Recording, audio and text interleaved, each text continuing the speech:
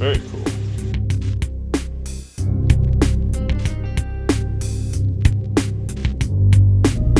Hey, my name is Pete, and I'm here on the location for the Aperture Light This Location contest.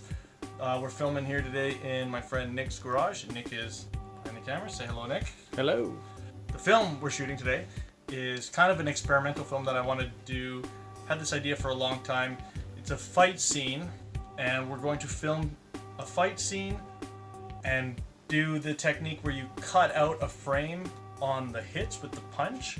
But in order to try to make it look a little more maybe realistic, what we're going to do is we're going to shoot it in a really high shutter speed and then add the motion blur back in. Because if you cut out a frame on a punch, you basically lose the motion blur that would have been connecting this frame to this frame. If you're, say, you're cutting out this middle frame, the hand would have motion blur theoretically all the way across, but since you're cutting out this frame, there's only motion blur from here to here.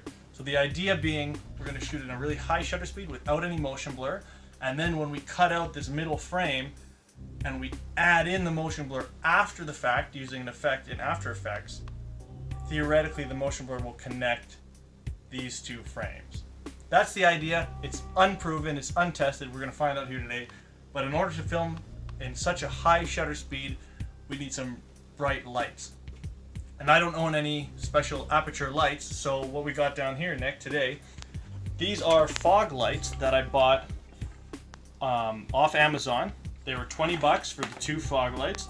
They run on anything from 12 volts to 36 volts, and I have them hooked up to some old laptop cables. These lights will not cause any sort of weird flickering or any sort of weird strobing when we use that high shutter speed. We got two separate lights pointing at each two subjects in the scene as a key light, but then also the opposite light will act as a backlight for the opposing subjects. So that's the idea. And then we got this other little light here. I don't have any more batteries for it. So what I did was I took my old Panasonic battery off of my old camcorder, and I created my own little battery plate for it right here. And the battery plate goes into a cable here, so you can plug it right in, and then you can plug in the battery,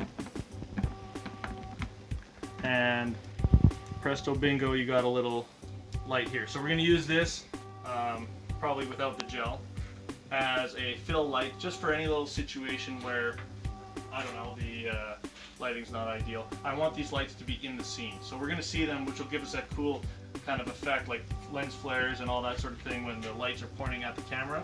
For all those crazy gearheads out there, this is what gear I'm going to be using to shoot the film. This is the reason why I don't have any money to buy good lights. I spent all my money on this, and so I can't afford to have any lights. But what we got here is my Sony a7 III. On the Sony a7 III, I have an old Pentax lens. This is a 55mm f2. I will film a couple close-ups on this. This is one of my favorite lenses to do close-ups with, but I will not be filming the entire shoot with this 55 because it's just a little bit too tight. So I'll be moving on to this 28mm f2.8, and this is actually a Nikon mount lens. So I have the Photodiox DLX stretch adapter on here. Just in case I need to get a little macro, I can turn this and get a crazy close-up if I want to. So that is the camera gear that I'm using.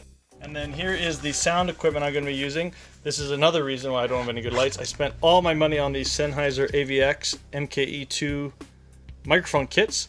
So for the part where the actors are going to have their dialogue, I'm going to be using these. I learned from Tom Antos on YouTube to get this, can't remember what it's called, breakaway connector or something like that.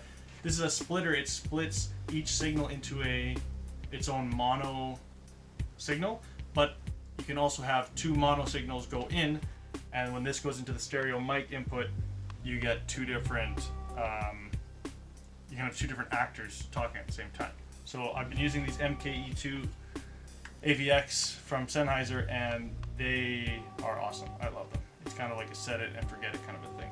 So that's what we're going to use today for the sound, and that should satisfy all the gearheads for this part of the behind the scenes. But I'm going to set up the lights now. I'm going to show you what that setup's going to look like, and then we're going to film it. Okay, so here I am. I got the lights set up now. I think this is the way that I want them. Just hit the house lights here, Nick, and we'll see what it looks like. So this is the idea. Oh, we're not going to use that, obviously. These lights are rated at 6500K, and this one is 5600K. There's going to be a little bit of a difference, but I don't think that's going to matter too much. It's just clamped onto the roof here, and the other light is just sitting on top of the fridge way in the back here. So these will be our cross keys. I might have to adjust them depending. My idea is the actors are going to be standing here having their conversation first, and the main fight scene is going to be happening here once again with this little light being probably not that bright, but has a little bit of a fill light just to come in, kind of brighten it up just a bit. But the actors are going to be here very soon, so I'm going to say goodbye, and I'll catch you on the flip side. I totally forgot to show you guys these while I was on set. It's these props that I made for the shoot. So this is the original. This is a wrench. This is a hammer.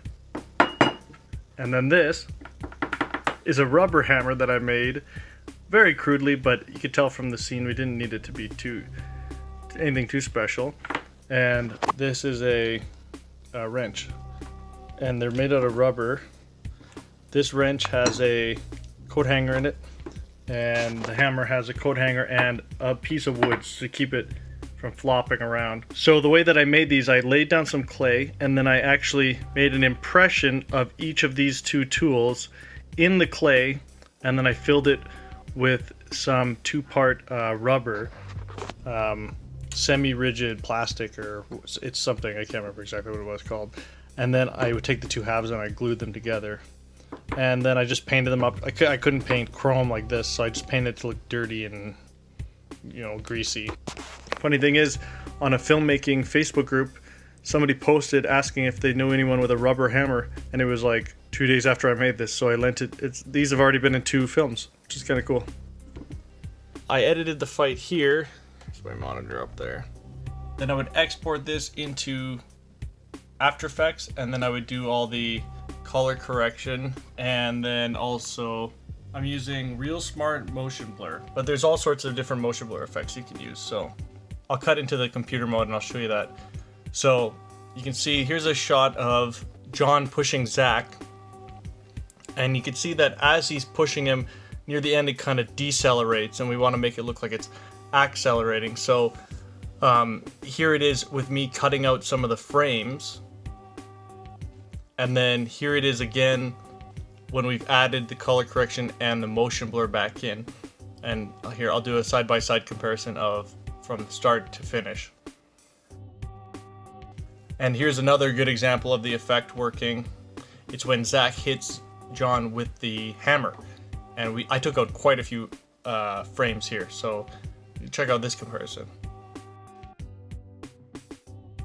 So overall, I think the experiment worked. I definitely learned where I can and cannot use this effect. I think it works the best for punches that are kind of coming towards a character's face or pushing, and my original idea of cutting across someone's face, depending on the speed of the punch, it's actually, if it's already a pretty fast punch, it doesn't really work that well. But what I try to do is use it on all the hits just to see what would and what wouldn't work, because it's just an experiment. So I think the experiment was a success in that I've learned what works and what doesn't. But check it out for yourself and try giving it a shot on your own too. Let me know how it turns out. You can leave a comment down below and tell me what happens. And if you like this, give it a thumbs up.